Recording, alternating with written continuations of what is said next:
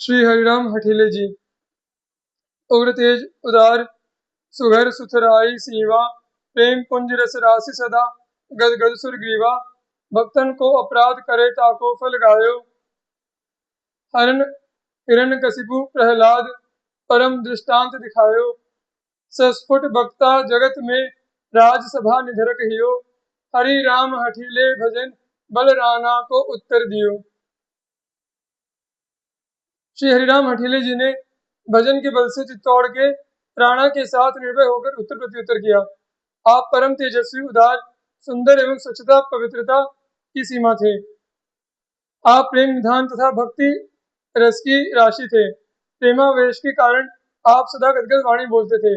भक्तों का अपराध करने पर उसका क्या दुष्परिणाम भोगना पड़ता है, यह बात आपने जोर देकर कही है। और इसकी पुष्टि में आपने हिरण्यकशिपु और श्री प्रहलाद जी का ज्वलंत दृष्टांत दिया है। आप संसार में बड़े स्पष्ट वक्ता थे। आपने राजसभा में भी निर्भय होकर राणा को उत्तर दिया। श्री हरिराम हठीले जी की राणा से संवाद की घटना इस प्रकार है। एक सन्यासी थे, उनका राणा साहब के साथ बड़ा स्नेह था। वे उनके साथ सदा चौपड़ खेला करते थे। उन्होंने राणा साहब का बल पाकर एक वैष्णव संत की भूमि छिनवा ली थी। संत ने राणा के पास जाकर पुकार की, परंतु वह चूंकि सन्यासी के वश में था, अतः उसने संत को फटकार कर भगा दिया। संत की सच्ची बात को भी झूठी करके अनसुनी कर दी। तब वह संत श्री हरिराम जी हठीले के पास आए और अपना समस्त वृत्तांत कह सुनाया। श्री हरिराम जी ने उन वैष्णव संत को अपना भाई जानकर अत्यंत प्रेम पूर्वक वार्तालाप किया, उन्हें बहुत प्रकार से आश्वासन दिया और उनको साथ लेकर आगे आगे राणा के पास चले। दोनों महानुभाव राणा के यहाँ गए और उससे वार्तालाप करने की प्रतीक्षा में बहुत देर तक बैठे रहे, परंतु उस विमुख ने इस पर किंचित ध्यान नहीं दिया कि मेरे यहाँ संत महात्मा आए हैं।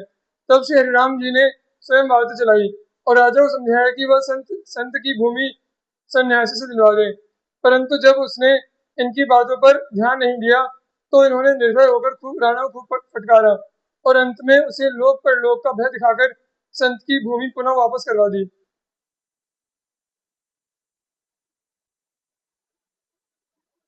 श्री प्रियदास जी ने इस घटना का अपने कवित्व में इस प्रकार वर्णन किया है। राणा सो स्नेह सदा चौपर को खेलियो, करे ऐसो सो सन्यासी भूमि संत की छिनाई है। जाए के पुकार्यो साधु झिरकी बिडारियो, परियो विमुख के बस बात सांची ले झुठाई है। आए हरि राम जूपे सब ही जताई, रीति प्रीति करी बोले चलो आगे आवे भाई है। गए बैठे आयो जन मन में न ल्यायो, निप तब समुझायो झार्यो फेरी भू दिवाई है। श्री कमलाकर भट्ट जी।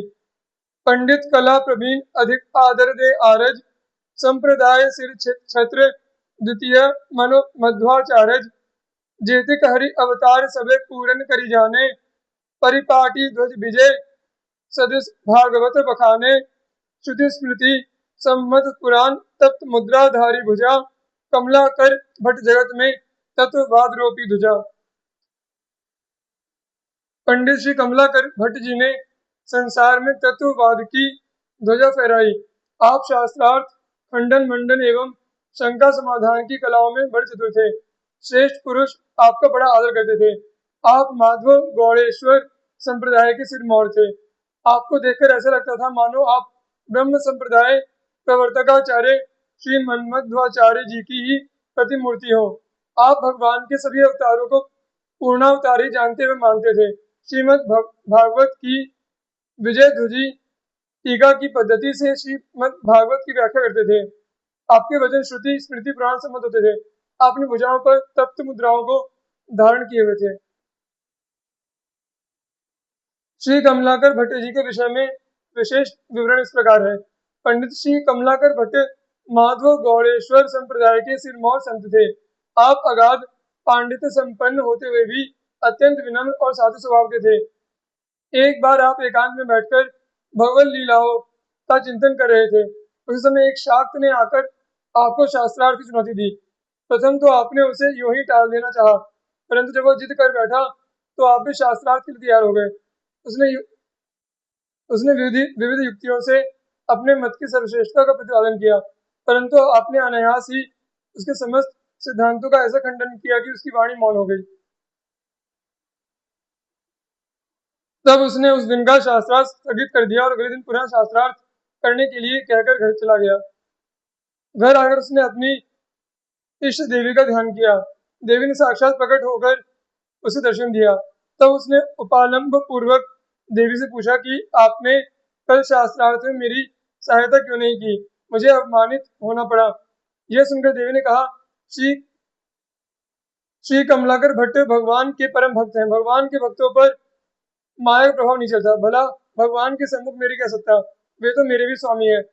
भक्त भक्ति और भगवान की यह महिमा सुनकर उस शाक्त की आंखें खुल गईं और उसने श्री कमलाकर भट्ट का शिष्यत्व स्वीकार कर उसने वैष्णवी दीक्षा ले ली। श्री नारायण भट्ट जी।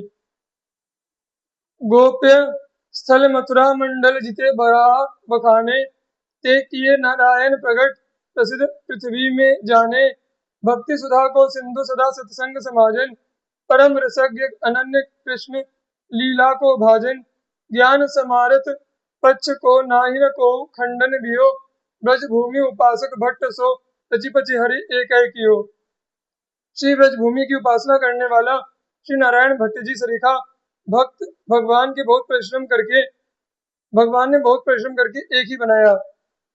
श्री वराह पुराण में मथुरा मंडल 84 कोस के जितने तीर्थों का वर्णन किया गया है, काल के प्रभाव से वे सभी तीर्थ लुप्तप्राय हो गए थे।